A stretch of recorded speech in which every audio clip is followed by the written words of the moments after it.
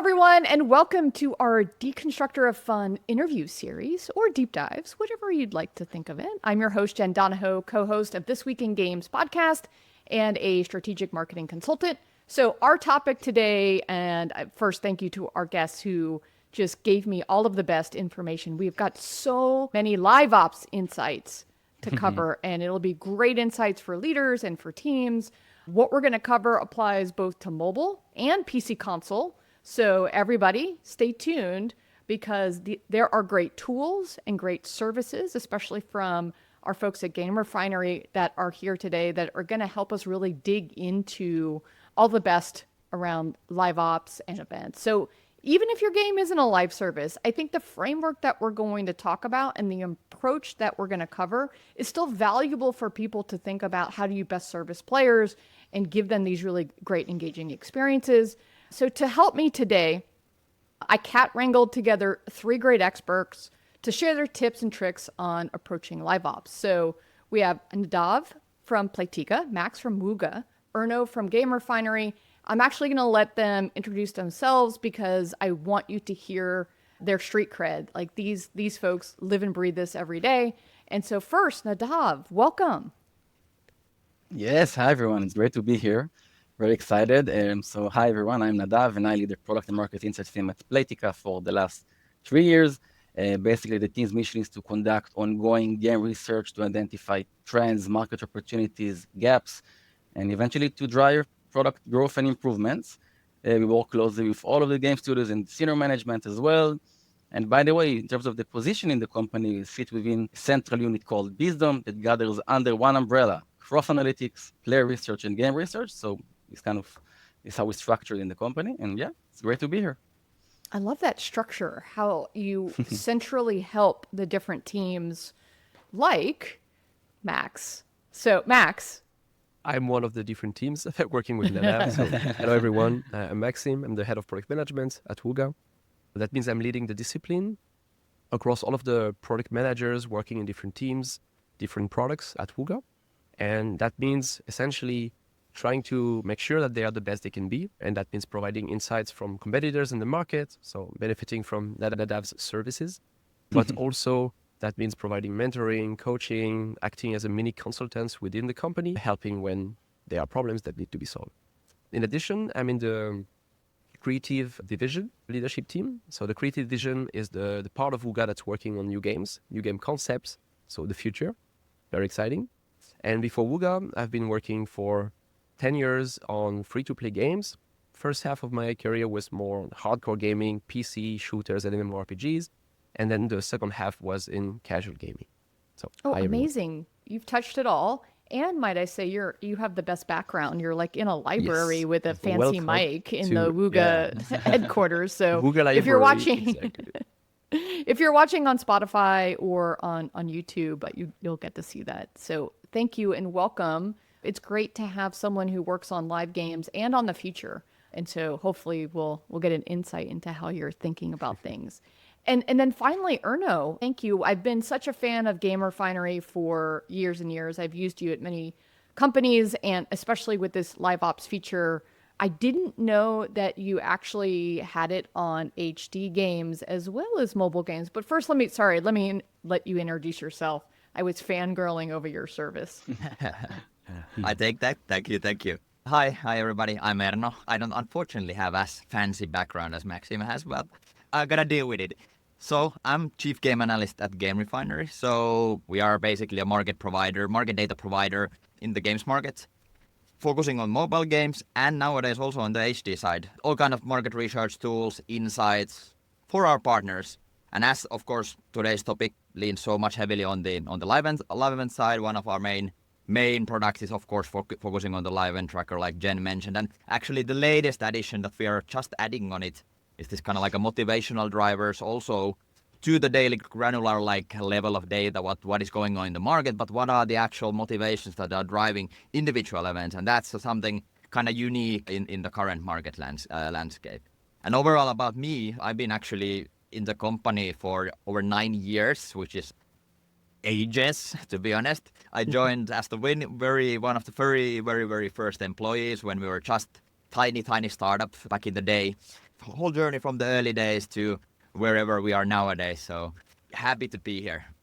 Oh, that's amazing. I'm excited about the motivations feature tied to live events. I know that you've had that for games. It's something I love using so that you don't have to do a ton of like custom research, but you can get a good handle on tying motivations to features and now live events. So super cool. Kick-ass LiveOps made kick-ass tools. That's where Heroic Labs comes in. They just released a massive update to their Satori LiveOps platform. And having done my research, I can say with confidence that it's second to none. In a single product, you get everything you need, including event capture, player segmentation, feature flags, remote configuration, A/B testing, experimentation, live events calendar, messaging, retention grafing, analytics, and so much more. If you're serious about running live services in a game, get serious about the tools you use. Connect with Heroic Labs and make some serious cheese with your LiveOps. All right. So we have a ton to get to. It might end up being a supersized episode because everyone has contributed so many great examples and insights. So hang in there with us. But first, let me just set up how we're going to approach today in today's conversation. So starting at the highest level, Max actually gave me their approach to how they think about game development, which is in layers. And they're the ideas of the core game, the meta game, and then your live ops or your live events. And at a number of companies that I've worked at, there haven't necessarily been those three specific teams. In many cases where I've been, I've broken it up into like core game and then metagame, live ops and core game, but not necessarily all three. So I think that's a really cool and interesting approach. And so once you talk specifically about live ops, that breaks into three kind of smaller layers of the layer cake. So you've got social events and live ops, engagement events, and monetization events. So not quite AEM, which is, acquisition, engagement, monetization, but the A becomes the S. So you have social, engagement, and monetization. And so that's how we're going to approach today. We're going to talk about social, live ops, engagement or events, engagement, and then monetization. So let's start with social, if that makes sense. So first, let me just set this up, give a little context, and then I'll bring in the guys for this. So social, I truly think that when you look at games like Monopoly Go, this is what is driving a lot of, as a marketer, I'm very pleased. It's driving a lot of organic because you get K-factor, you get organic K-factor, you get other folks into the game because people want to play with their friends. So here's the trend. Monopoly Go partners events had a huge success, quickly becoming a popular event across many of the top games. This is in addition to multiple collaborative events. So I always like to think of this as I'm playing games for good and not evil. We're helping each other and not necessarily screwing each other over, although Monopoly has that as well. So this happens a lot in casual and casino. So anyone want to give me a little bit more about like partner events and examples? Nadav, do you want to help me out and explain that? Yeah, sure. First of all, as you said, this is generally a huge trend right now. Now, social, it's not new, of course. It's been there for a long, long time, but it's definitely evolving. And it started back then since basically Monopoly Go has launched their famous partners event. And since then, it's exploding across a lot of genres, casual, casino, and other as well. And basically, by designing this feature, players have to work together toward the shared goal. It can be to collect tokens or points from the gameplay, and then together they can kind of achieve the goal together. And it's very, very powerful because, as you just said, you watch your friends, you see they're contributing to the shared effort, and then you feel like, oh, wouldn't I do the same as them to reach the reward together? So that's what makes it super powerful and engaging among players. And also, I'm sure that you guys have seen that across, I think, all of this kind of short-term collaboration features, similarly to the partners one, it's being structured in pairs. So basically, you have a few pairs you're collaborating with together, and it's kind of creating for the player this few progression systems simultaneously, which is also a very interesting part of this feature. So yeah, this is generally a huge trend right now in the market. One thing that to me is very interesting about this trend is because I go back and think about, especially in the casual market and the social, how the social has been in the past, let's say 4 years, 5 years. And even then, like guild mechanics and this like clan mechanics, it used to be a thing in casual games for a while. But nowadays it's kind of like a given. Like pretty much all the top games have it nowadays. But it used to be that most of the social driven events were built around that mechanic usually. So you have your bigger social groups, you have your like 20, 30 people communicating together, working towards like a common goal and so on and so on. And now when Monopoly Go brought this partner event, which had a like big impact, clearly correlation on the game's performance. And the difference here is that you actually make these one-on-one social connections. So you're not actually working just with the 20 people inside a clan, but you're actually, I feel you're much more socially responsible because like we made a deal now. We are working together one-on-one. And then am I letting you down? Especially if you're participating in this event with someone you know, like your friends and so on. So the social push is even much more stronger than, let's say, these historical, like clan-based cooperative events. And I feel that is one very, very strong social driver that has made this event format stand out. And then so many other games have, you know, looked into this. Oh, okay, they had such a positive impact on their KPIs. And I feel that is a very, very kind of like a key factor that this differentiates kind of like many of the other previously seen social events in the market.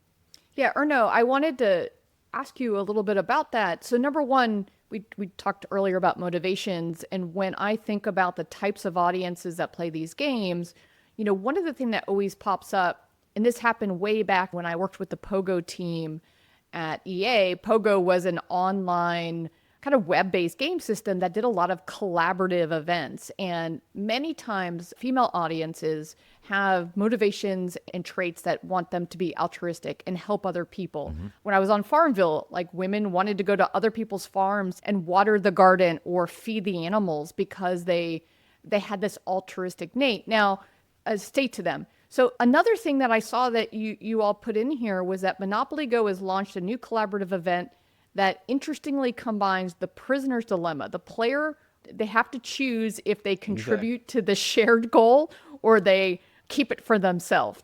Tell me a little bit about this one, Nadav. Yeah, so Monopoly Go, again, kind of try to innovate in that field. And actually a few days ago, went out with this fresh, brand new and collaborative event. This time, you're not like paired with 3 or 4 other players in pairs. You're kind of working together with actually 7 other players as a group of 8 this time, working together towards a shared goal. But there is a catch, because you as a player in different moments during this event have this decision: should I contribute to the team effort, or actually should I spend this token for myself and kind of steal these rewards? So I've been the number 1 stealer in my group. Of course. But Remind me not to play with you. Yeah, I will. But it's, again, a super cool twist on this kind of event. And it's actually very interesting to me because like the partner event that we have seen as a trend in the market, and all of these games basically emulating and, you know, trying to make that same idea, same format on their own game, that has been the big trend, has been this collaborative one. But then Monopoly Go, after they first initiated that collaborative, you know, co-op event, I think they are using like once a month and so on. In the summer, they basically did a little bit of twist to that format and made like a competitive, like pretty similar concept, but they made this like competitive aspect into it. And now, just like Nadav mentioned last week, they brought this new one. So it has a little bit of like collaboration, it has a little bit of competitive, so it's kind of like trying elements from all of these iterations that there. So they are like very much pushing and like experimenting with the different ways to bring that social experience to the game. I think while we wrap this one up, because I do want to get Maxime's thoughts on what he does in June's Journey. So 2 things to kind of wrap this section. Number 1 is when you introduce LiveOps, make sure that they fit with the IP and the approach of your brand. Monopoly is about screwing your neighbor. It is also about working together. And they're doing both things. And so that's why that can make sense for that audience, is it is true to what you would expect to get in that experience.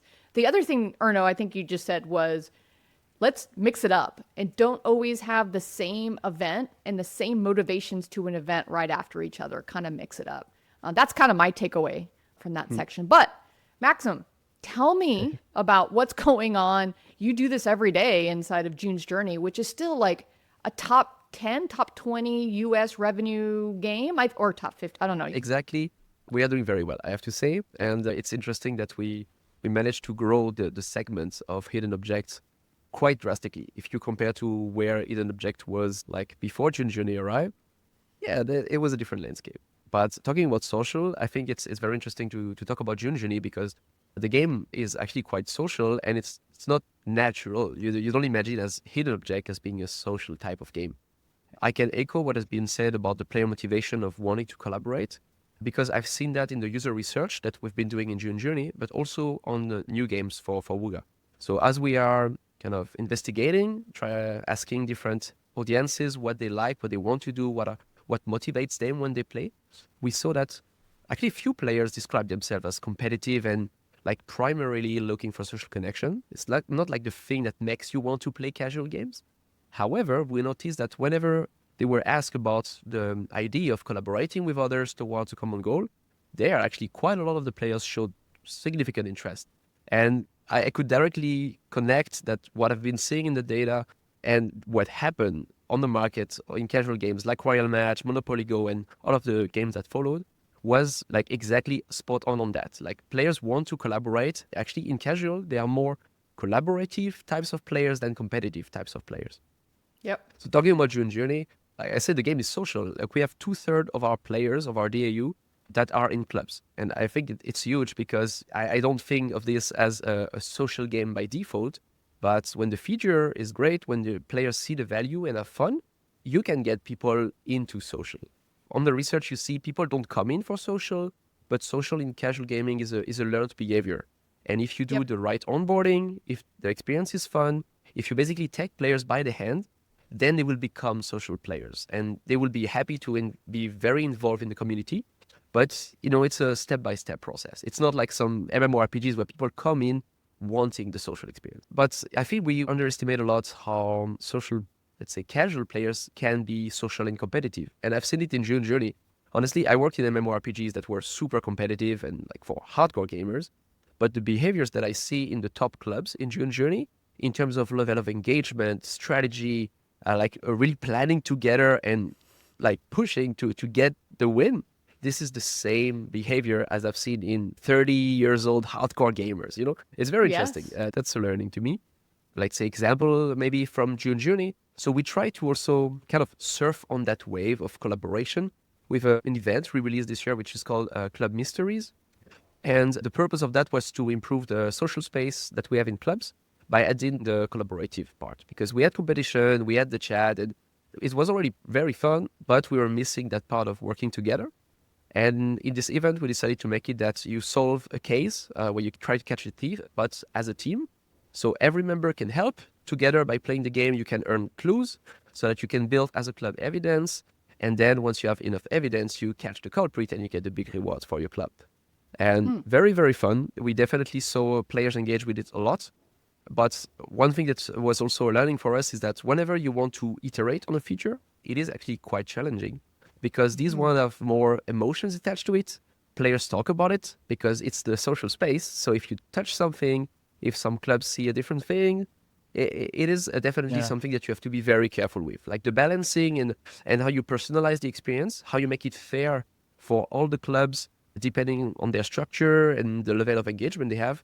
That's actually the difficult part, but that's how you can really level up your social events. But by adapting to the social structures that you have in the event. The thing that I love that I'm hearing is that even from a PM perspective, Maxime, you're really thinking about what are the player motivations? Again, how does it fit with the IP? What do players expect to do together?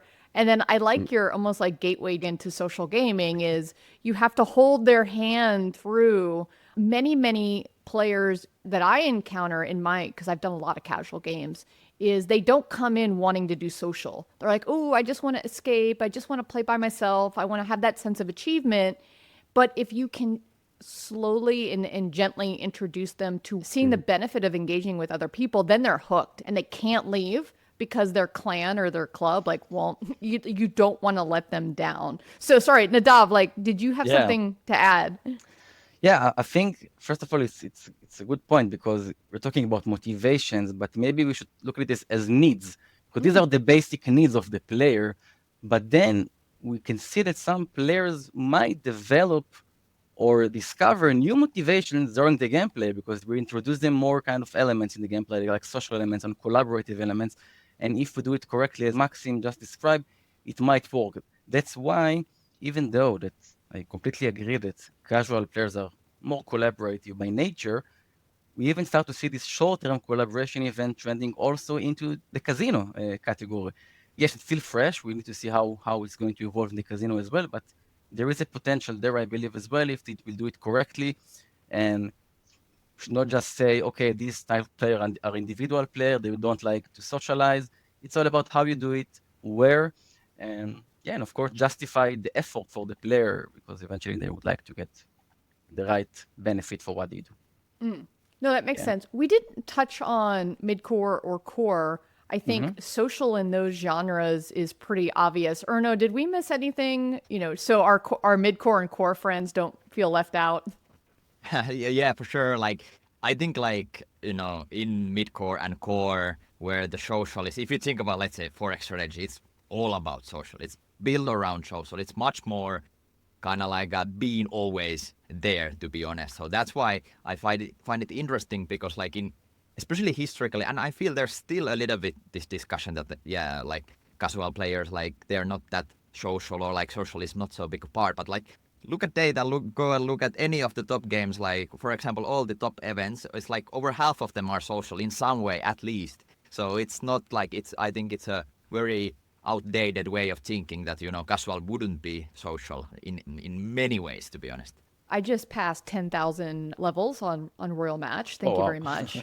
I'm rocking my 10,000 level badge very proudly on my Impressive. avatar. Yes, I am flexing right now. Royal Match tends to, even for a game that is, traditionally you would think is very individual, there are a lot of social mechanics. There's the dragon egg feature where you have to invite your friends to do the little pachinko thing to unlock that. And what I love too is for a while I wasn't playing in a very active clan, and it allowed me to invite bots or other players. I think they were bots. And so I think what's important too is remembering that not everyone does want to engage in social. And so how do you kind of fake it for players to then still do what they need to do in the game? Have you encountered that problem? I know this is maybe off topic, but I'm just experiencing it.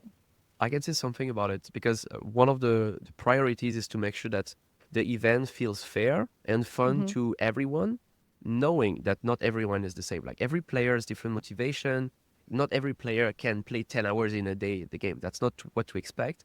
But for the player who is willing to play 10 hours in a day because they want to, you need to have also something for them. And for me, the solution in LiveOps is always the right level of customization and personalization so that you basically create events that feel tailored to each player or each club. So in the case of a social feature, if it's for clubs, you cannot handle all clubs the same. You have to identify which clubs are the most engaged, want the most challenge, and then for them, more fun means maybe more challenge, bigger rewards, everybody's happy. But if you want to onboard somebody into social and want to show that, you can do some small, lightweight level of engagement in a social space and be rewarded and feel fun, then of course they need to have a different setup for that event than the crazy, super motivated and competitive people in the top clubs. So that's why, like you did.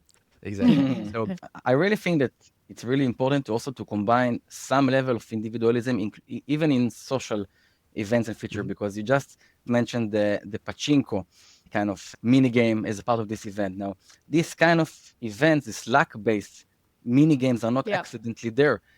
First of all, they're there to create this volatile experience, right, and to allow some control for the game on this event. But also, it's allowed to the player to control this risk versus reward, because he can actually decide the bet he wants to go with, and this kind of small decision during this kind of event. So these luck-based mini games are important as well there. Yeah, luck-based mini games with multipliers. Basically, they're adding mini casino experiences into events is kind of my takeaway. Whether it's, a little mini jackpot machine, it's the pachinko, that's why I can't stop playing this thing. But anyway, all right. So I think that wraps up social. Let's move to our next kind of bucket of live ops events and live events, which is engagement. And so for engagement, what we're seeing kind of overall are these umbrella events, which I love. It's almost like what the battle passes were back in the day, but now it's more event based. And so there's both a long umbrella event, which goes over, probably a month, if not longer in some cases. And then they're short term. It could be a weekend or it could be a week. And so first, umbrella events seem to be this, interconnection between your event framework that has been getting more and more popular across the gaming market. The initial concepts, like the collection albums, are nowadays a staple of the industry, but these features also show innovation and evolvement, especially concepts for the shorter umbrella events have become more popular. I see this in Royal Match a ton. So first, let's talk about long-term events, which, for me have been mainly these collection albums and collecting stickers. And when I was playing Travel Town a ton is where I really started to see this be a core driver, and probably leads into monetization a little bit later because you have to buy some of those cards to complete your albums. But I think we see this Monopoly Go, Royal Match, Family Island, Gossip Harbor, Project Makeover, Lily's Garden, Twisted Tangle. Oh, that's a new one. My wife's playing the hell out of that one right now. I don't have the 3D space to do that. Anyway, Erno, so tell me a little bit about what's going on with this trend and what do we need to take away? Yeah, sure. So like you mentioned already, collectible albums, it's not necessarily the newest thing anymore. And nowadays it's stable. Everybody is using it. But I feel that especially the trend kind of got into another gear after the Monopoly Go's release. Because when Monopoly Go release globally launched, it has it as a part of part of the feature set, part of the event framework already from the global launch. And even before Monopoly Go, these features have been used pretty much in all of the top slots games. So that's an actually trend that is coming from there. So in slots, it's been years already. But now, after Monopoly Go came, I feel that it has taken to another gear especially in the casual market. So if you look at the data and just past year, past 12 months, like I said, some of those games that you already mentioned, like Project Makeovers and Family Islands and Heydays and Lily's Gardens, all across the casual kind of a sub-genre landscape, from puzzle games to tycoon games to these energy-based adventure games like the Family Island and so on, have implemented the same features. Nowadays, actually, when I look at our data, 75% of all the top crossing 200 casual games actually have this feature. So it's pretty much everybody. So it's a staple. Everybody does it. Why I find it very interesting is exactly that it's a way for casual games that are, especially more simpler casual games, it's a way to create progression vectors for your game. When you have, let's say, why it has worked so well in puzzle games, that you are just going level after level, and especially if you have very light meta, then you have this 3-month casual collectible albums, and you have another progression vector into the game that you can progress and, get rewards from and have goals and so on and so on. And then also for these simpler games, it gives depth to the economy and it gives you another reward type. So in a match 3 game, it used to be, what can you give as a reward? So different boosters and then the pre-level boosters for a limited time, unlimited lives for a limited time, the main currency and so on. But now with this, again, talking about randomized mechanics, you can give these card backs as a reward on all of your other events. And that also brings me to the interconnection for your event framework. So event framework needs to be very interconnected and you need to have events intertwined. So when you have this album on the top, and then basically where you get those cards and packs are usually by playing the game, playing all the other events. So it gives you this interconnection for your whole event framework and gives you this holistic framework, other than you have one event on here, one over there, but there's actually a proper interconnection for the event as well. So that, I feel, is kind of the key reason why basically everybody is nowadays using it and why it has become such a staple in the market. Yeah, there's even a little bit of social, in my Royal Match, I joined a more active clan in Royal Match and we were trading cards. it was a pain in the ass to trade it because you have to like type it all out. I would love it if it was more automated. I get why or why not, but it definitely created not only the engagement of me chasing those new cards because the bonuses, the rewards are pretty killer, but it also made me want to engage more with my clan, which I usually didn't care about in a match 3 game. Are we seeing more of that? Like that the ability to trade the cards and adding those social layers is important? Yes, definitely. Like, for example, Royal Match didn't initially have it, but I think it was over this year when they added it. Like, Royal Match also, actually interesting, they used to have it as like a permanent feature, then Monopoly Go game, and this whole trend got to another gear in the casual, and now Royal Match also has those like limited time seasons, like 3 months or whatever is the length. So they also shifted from there, and then they also added the kind of like the social aspect and the trading and kind of like this social connection to this feature. So yes, definitely as a trend, the addition of even social elements and then this creating the communities and Monopoly Go since the early days, like it pushed players lots to their social media, like Go, in our Facebook trading groups, and they had like millions of people there that, okay, hey, I have this card and I have that card and so on. So definitely the social aspect has become one kind of like a more crucial part of it as well. I think also it's definitely looking recently about, let's say, the recent album that came out, it's almost a standard to allow this kind of trading system or swapping because, there's all the time, there's duplicates that the player collect and it's very, frustrating. So you need to try the solution for the player, right? To do something with these duplicates, so maybe to exchange it for something else in the game or to trade with your friends. So these kind of things are, I would say, even expected from an album that comes out these days, at least. Yeah, in many of the games that I've been engaging in, they all work the same now. You're filling your album, you can trade your duplicates, or you can build them up and cash them in for some kind of reward. So this seems pretty standard. So Maxime, for June's Journey, how do you all think about engagement LiveOps features? That's interesting with albums because I know you said it's a staple. It's become a staple over the years for a good reason. Is because when it's well executed, it's such a powerful feature for your long-term engagement, long-term fun, and ultimately also for monetization, because a lot of these events have very strong monetization mechanics. You have these long-term goals. It adds usually a lot of monetizable items. And in June Journey, we have seen it with the release of our Memoirs feature. So Memoirs, for us, it's the 3 months long collection feature that added a lot of, let's say, things that the game was missing. It added a lot of progression vectors, making like every session more engaging and more rewarding because you were getting a lot of new things. So the thrill of random drops. Also, it expanded for us the reward space because now we introduced new things that you can get in every session and ultimately a super exciting chase. That's always the most important for the album. Like it needs to feel that the long-term engagement is really worth it. So you need to provide something that's exclusive, appealing, high quality. But for us, the impact was tremendous. If I can tell a little story, I can tell a little story about the Memoirs because we like story at Wooga. So the initial iteration of the feature, the first album, was really, really good. Like we saw tremendous impact. But like always with LiveOps, it's all about iteration, meaning that the impact of the feature between the first iteration and the 8th one was plus 60%. It's very impressive.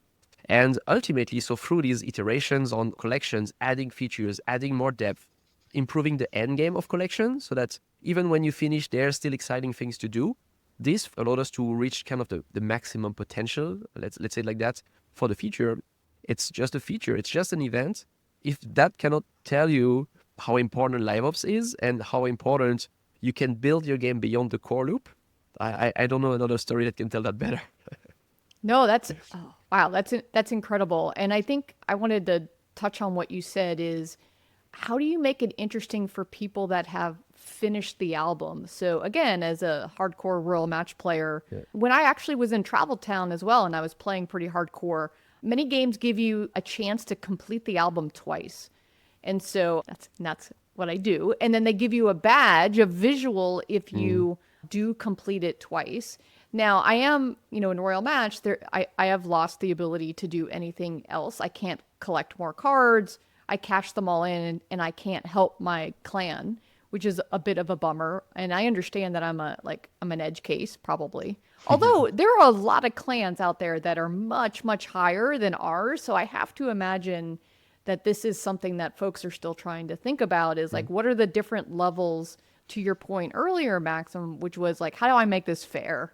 And what you mentioned is literally what we are working on. So trying to make sure that a 3 months long feature first doesn't end after 1 week. And that's all about economy design, segmentation, customization to make sure that you have an event that caters to the type of player that is right now playing your game.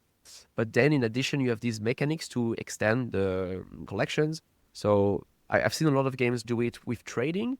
We have other approaches that we look into on June Journey, but it's a lot about basically either getting new chases so that whether you can keep playing the same mechanic, but then there are additional things to unlock, whether it's vanity items or things for decoration for June Journey, or sometimes it's just on the economy side that you can recycle what you work towards so that you feel that what you anyway still keep getting is valuable to you. And we are experimenting a lot. That's the motto for LiveOps, like keep experimenting and keep doing user research so you understand right now, how your players are playing the game. Right now, because this evolves, like compared to how our players were playing collections with the first iteration, and now, after months, years of experience, how they play collections. Of course, they have different needs, they have different expectations. So we try to always keep things fresh, recycle, and reinvent ourselves. Oh, wow. Okay. Super cool. I am not envious of that constant need for reimagining core features. I am not jealous. But let's talk a little. But... Oh yeah, I can only imagine. Let's talk about short-term umbrellas. These are the collection mechanics that take place over a shorter amount of time. You see this in Dice Dreams with Dream Collection, Slotomania with Slotto stickers, House of Fun with Slickers, Coin Master swap a sticker. Obviously, there's a trend here. Yeah. So Nadav, talk to me a little bit about this LiveOps feature and mechanic. Yeah, definitely. This is the trend over the last year, this short-term kind of sets or collection. They look very similar to the traditional album, but the fact that they are short-term, as you said before, it can be a weekend, a few days, I would say maximum week and a half or two. This is what makes this kind of short-term collection almost as a tool for developers to kind of improve weaker periods of other long-term engagement features. So what we can see in the market, games are trying, for example, to boost the beginning of the long-term album or the end of a long-term album, even sometimes to create this bridge between album cycles in order to avoid this hangover effect in between cycles, which happens sometimes. So this is definitely an interesting trend that you can see that actually developers look at it as a tool to, as I said, improve the longer-term engagement features. And even here, again, as we said in other example, it combined often these social elements. For example, in Dice Dreams, it's called Friend Set, where you can actually collect these collectibles together with your friends. So yeah, it's definitely an interesting trend that's happening right now in the market. How does this fit in with multi-stage mission events? They're kind of similar, but not. Walk me through that. How I see they are similar is that they connect other events under one short-term umbrella. So what we mean by multi-stage mission event is like, well, if you have played Royal Match, they just this year introduced like this mission control and mission pursuit type of events. There are these like multi-stage events that, okay, first phase, you have, let's say, 5 tasks, complete those, and then you move to the stage 2 and so on and so on. And then what are those tasks then? Then again, most of the tasks are actually interconnected. Okay, hey, play this mini game. Hey, play this, or like collect cards in your like seasonal collectible albums. So again, when I talked about earlier about making your event framework interconnected and intertwined, this is another tool that we have seen in the market getting traction. This kind of like actually creating these like list formats, missions, and then introduce it in multi-stage fashion.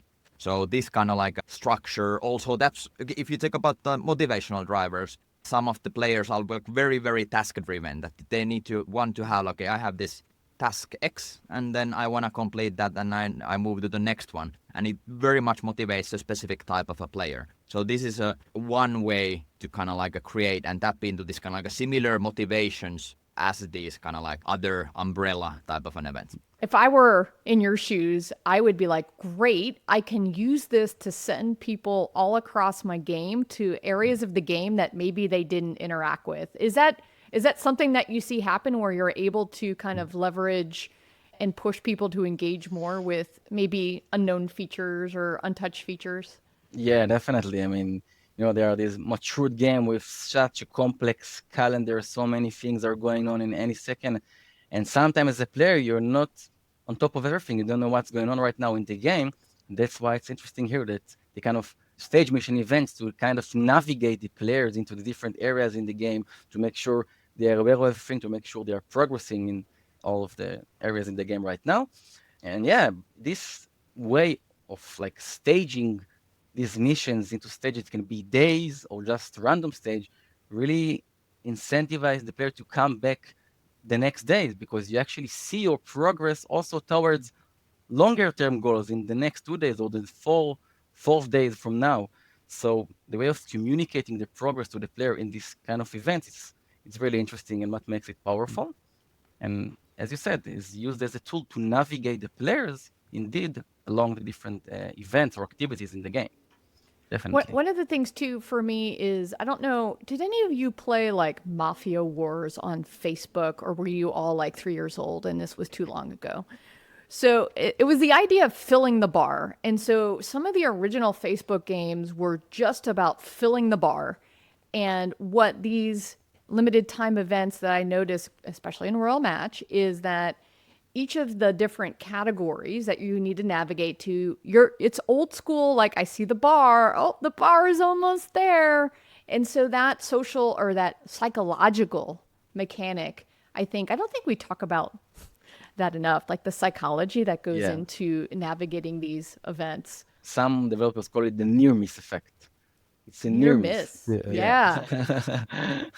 Well, that's Yeah, amazing. So it's Actually, super powerful, yeah. that's what Royal Yeah. Match is doing amazingly. Like I remember a report on this that was comparing like Royal Match economy design compared to some other match 3 games, and they were much better than other games at giving you this near miss where you are one move close of a miss or a success, and that makes the game more fun because you feel I have a chance. Because sometimes you miss is like, okay, I am completely off. This game is way too hard. I will not get extra moves. I will not spend anything. But if you are one move away, this motivates you to play the next round and the next round and the next round. Royal Match is amazing at that. Go ahead, Also, in Erno. terms of like creating the event framework, what I think these top games usually do so very well is also that near completion, not necessarily like near miss, but like playing Royal Match, they have a very complex event framework nowadays, but you're always very close on getting to the next step somewhere. So you get these small nuggets of progression every single level you complete, which create this very engaging loop compared to that, okay, you would just, need to complete like 50 levels to get anything, but it's very, very well balanced in terms of like how the event framework also feels to the player. And that's very important, I feel, and most of the top games do it very well. Oh man, what does the math look like to do that? So- I can't even imagine. That's the thing. I mean, now some things are even automatized because you have a lot of machine learning. I mean, all the top companies working on these big games that everybody's playing, they have a huge team of analysts, data scientists, and very, very smart economy designer that will build all of these models, forecast models, and then, like I said already a few times, the key really is the segmentation, is making sure that you don't provide the same experience to everyone because every player is different, and it doesn't make sense to balance your event for your top 5% most engaged players and make basically the other 95% like suffer because it's impossible. So it's all about the balancing. And if you think about the level of math and complexity, I've been talking to people in different companies, seeing it within Playtika, within Wooga. We are talking about events that can be segmented into 30, 50, 100 segments for one Wow. event. Like you can even go beyond 100. I know companies that work on like 3-digit level of segmentation per event. That we are at that level with the tools we have nowadays, and also with the Yeah. machine learning and advanced analytics we have. By the way, think about the event that we spoke about earlier, like this short-term collaboration events.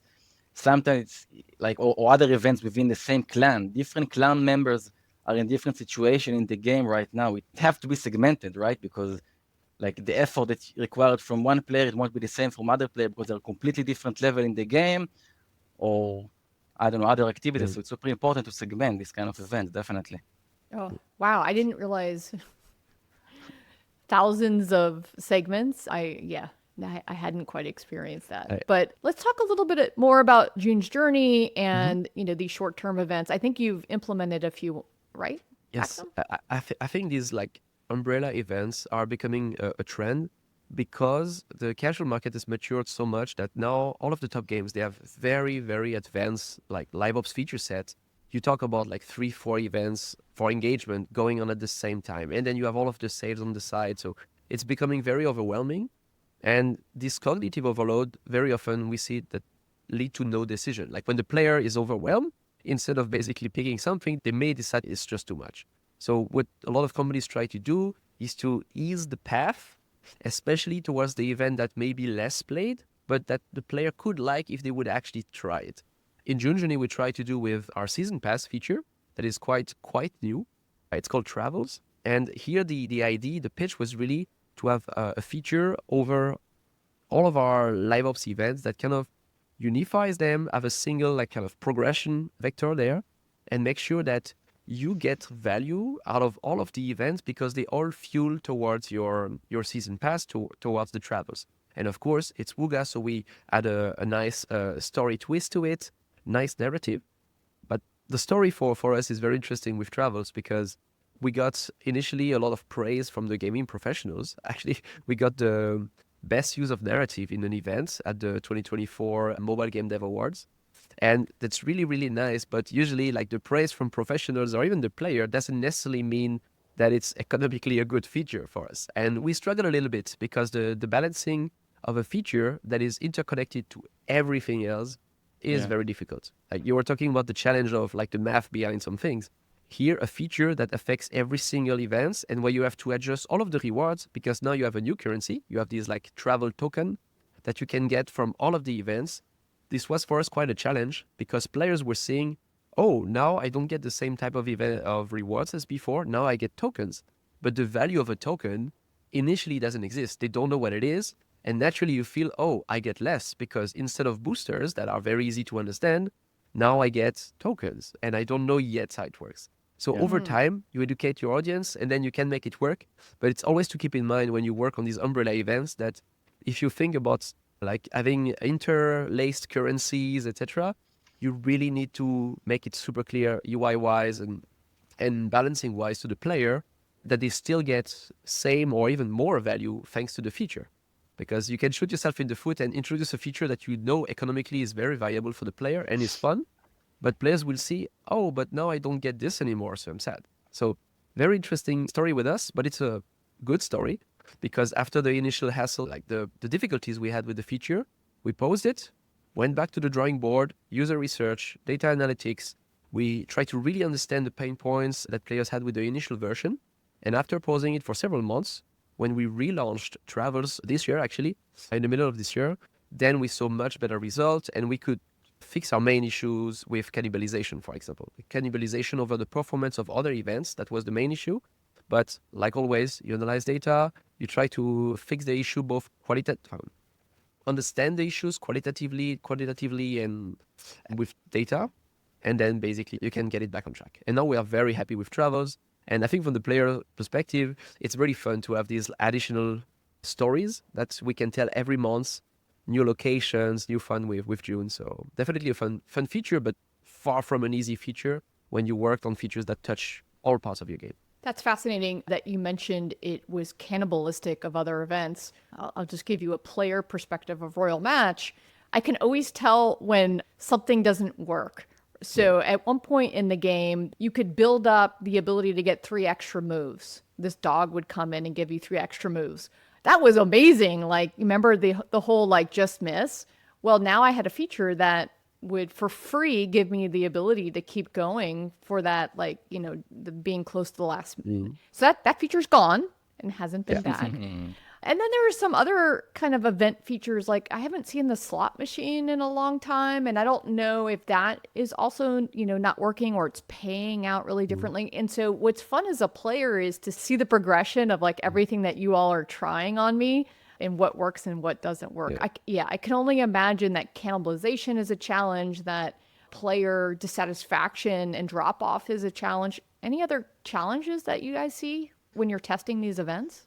One challenge I have witnessed is that usually when you test, let's say, an early version of your feature, a prototype, and you show it to players, you get feedback that is based on the early experience. Like players don't have the time in an interview or in a playtest to really experience and think long-term on the feature. So you get a lot of feedback that is mostly about the direct things, like the bling bling, etc.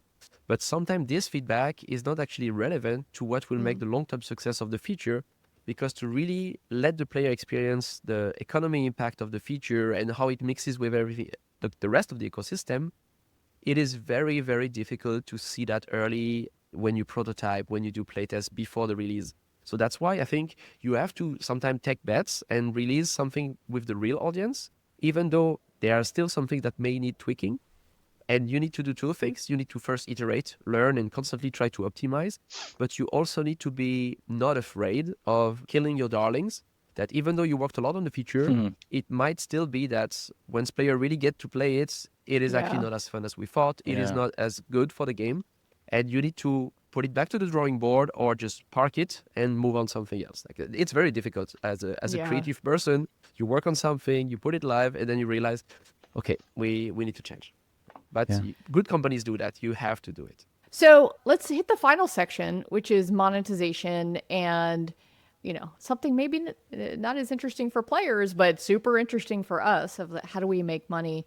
And so on this first topic, it's really the evolution or the involvement of bundle offers.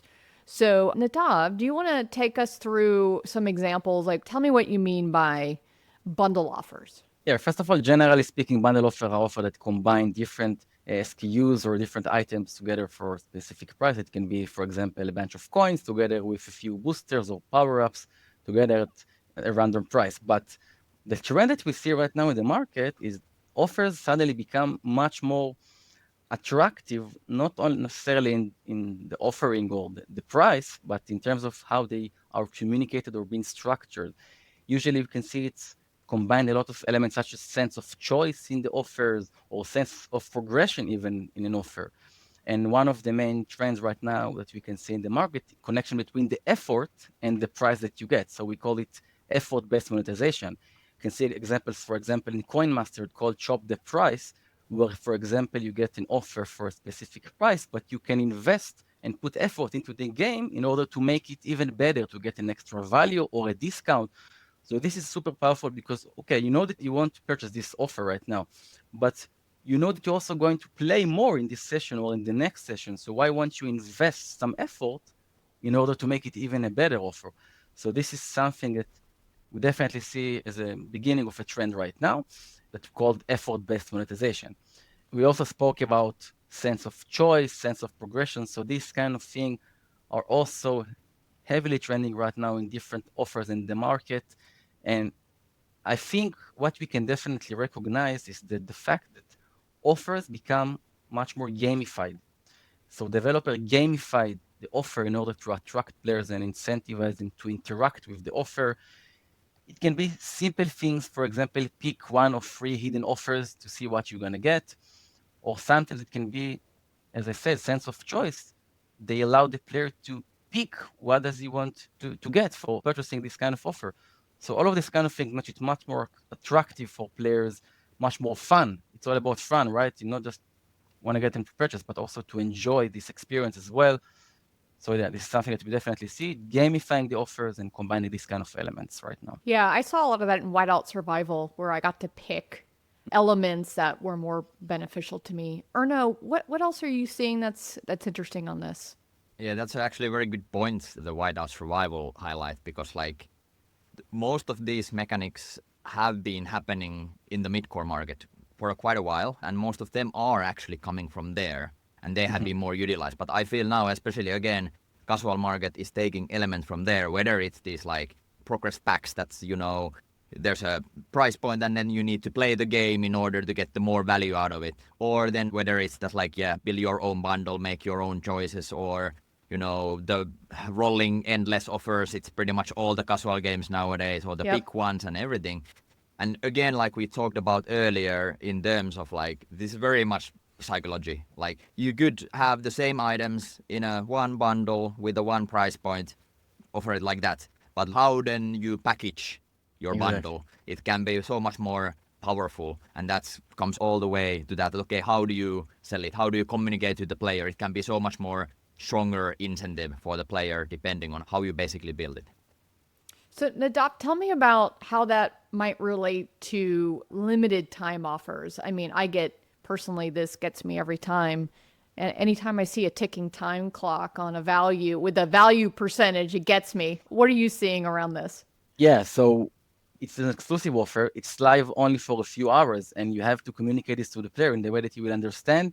You have this great offer right now. Wouldn't you purchase it? And of course, combining this timer on top of so many other things that incentivize the player, as you mentioned before, this kind of progress bars. So for example, some of us probably saw this endless or rolling offer trend right now in the market that we see in many games like Monopoly Go and Coin Master, where you pick a free offer, for example, and then it opens another one and another one and another one, some kind of an endless effect within the offer. So when you have this endless effect combined with a progress bar that progress you toward a reward, that milestones, because each offer that you collect gives you some points. And then on top of it, you even put this time limited element, really makes it feel like an exclusive offer. So not only exclusive, but also gamified and attractive with rewards on top of it. So this is the perfect pack for the player, basically. Awesome. So Maxime, are you looking at limited time offers in June's Journey, or you always talk to me about segmentation? I learned you do a lot of segments. How do you think about it for June's Journey? We have a lot of different tools that we can use to provide the right offer and try to essentially, I always say this sentence, like the monetization in gaming, it's all about having the right offer to the right player at the right time, at the right price point, and with the right message. Like, you need to get all of these 5 things right, and then you can really maximize. And it's a long way to get there, because you need to identify the right moment and the right variable for all of this. So what I find interesting here is that my personal experience, so what you read online is always about try to copy the feature, the sale that this game is making. And yes, the type of sales you have, this is a medium.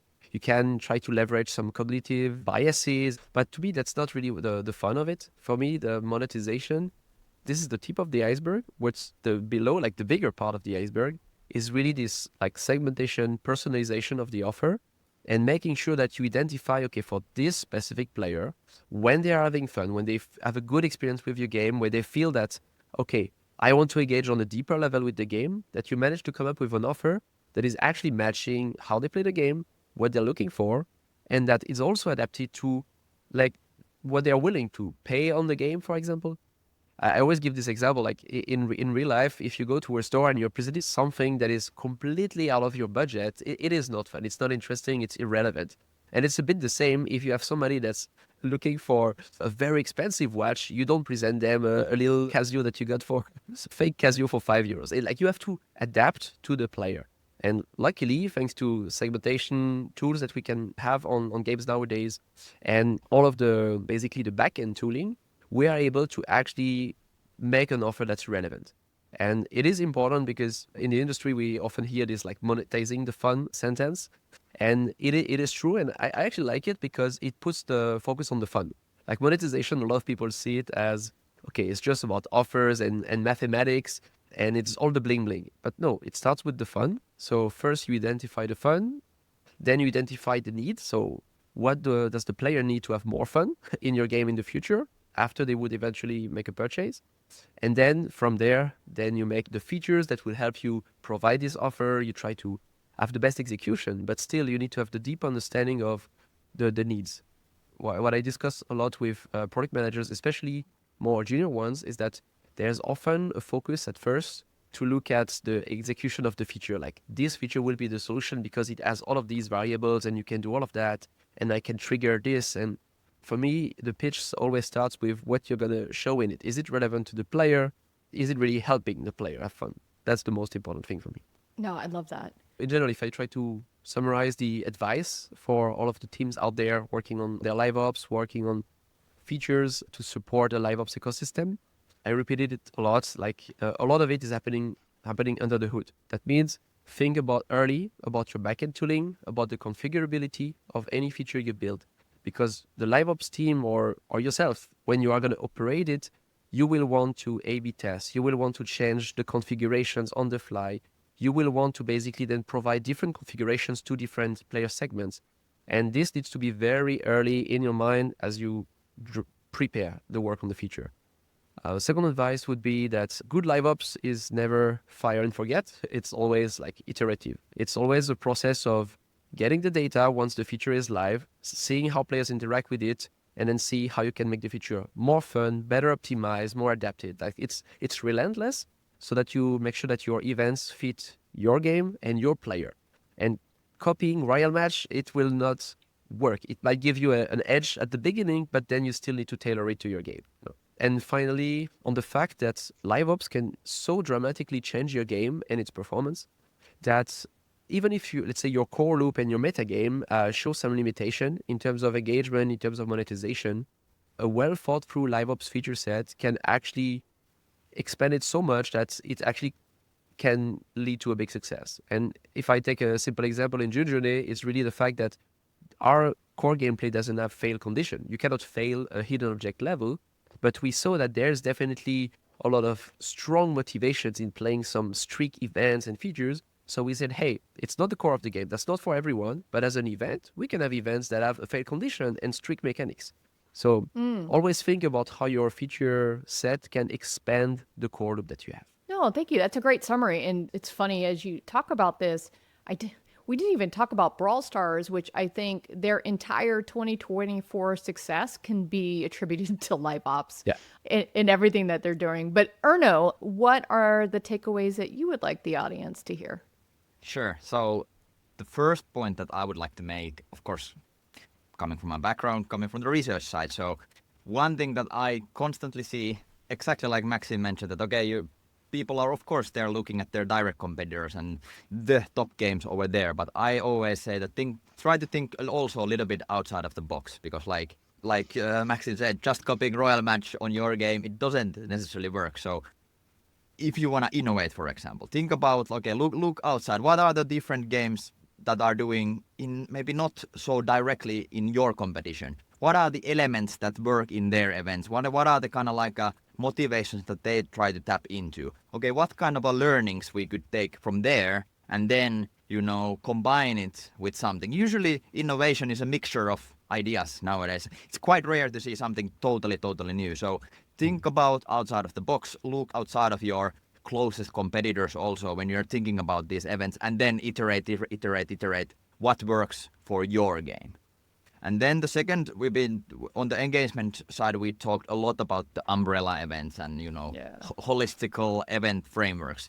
I think that is my second point. So thinking very holistically about your game and your event framework. So like Maxime mentioned, a great real life use case of like implementing an event and then it's affecting all of your other events and it can have a negative side as well. So think about your whole event framework, how everything is intertwined, how everything is connected. It can be such a strong driver, but it also needs to be really well thought through. I just want to chime in on this. Streaks. I think I see here that you're saying streaks is one of the strongest psychological drivers. I know for me as a player, it absolutely changed my behavior in gaming.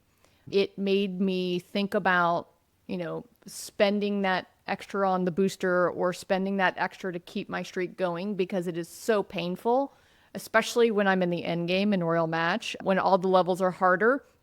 If I lose my streak, I'm fucked. Yeah. And I know it costs me more money when I lose the streak than it does to keep it. Yeah, definitely. This fear of loss is super powerful. You want to preserve and maintain your benefits, and Also, we spoke about this super light ball or whatever it is. You want to maintain this great experience, and yes, you will spend boosters and currency to maintain it. Yeah, definitely. And that's Definitely. actually one of the topics that we didn't touch on. But like one of the big trends in the market has been like win streaks are not necessarily new, but this year we have seen so many implementations of these different kind of streak mechanics that have become so popular. Like you guys mentioned the super light ball, and then we had this lava quest style like social-ish win streak events, and then the multipliers in competitions and all this kind of stuff. And also expanding outside of these fail state games that, okay, it used to be just the puzzle games where you have the clear fail state, but then there are like merge 2 games like Gossip Harbor, for example, having this that, okay, now it's a timed event and you have 10 minutes to complete order and stuff like that. But like what combined all of this is the streak mechanics, and it's such a strong driver. So also very good to think about like how we could involve streak mechanics also outside of this kind of like a fail state level based games, and that's been such a trend. So I feel that we're going to see much more of that in the upcoming years for sure. Nadav, bring us home. What are your takeaways? I mean, we've covered a lot, but I mean, you get to see so much sitting in your central location at Playtika. What knowledge can you drop on the audience? Yeah, well, so I will try to speak from the central unit perspective. And basically on our day-to-day, we try to provide different frameworks and methods to our studios to operate efficiently in their games. And one of them is definitely the layer perspective. It's very recommended as a live game to look at your game, as we spoke earlier, as a layers cake, right? It has different layers. It has the core gameplay, which is the main reason for the player to come to play the game at first. The meta gameplay, which provides this long-term meaning. And then we have the topping, right? Which are the LiveOps, that diversify the game experience. And it's recommended to make sure that when you plan your calendar, just try to make sure that the player can taste from all of these layers, as we said before. And remember, each layer serve and represent different goals and KPIs, of course. And eventually, it's all about providing the player the reason to play, the reason to stay, and sometimes also the reason to pay, right? Well, thank you so much. And really an extra thank you to the three of you for really spending a lot of time and effort to put thought and content into this podcast. It might be the most amount of work I've seen in a script. So well done, each of you. I really, really appreciate it. That's going to wrap it up. I will put links to you in our show notes if anyone wants to reach out to the three amazing folks on the call. And thank you again. Thank you so much. Thank It's been you, a pleasure. It's great. Thanks.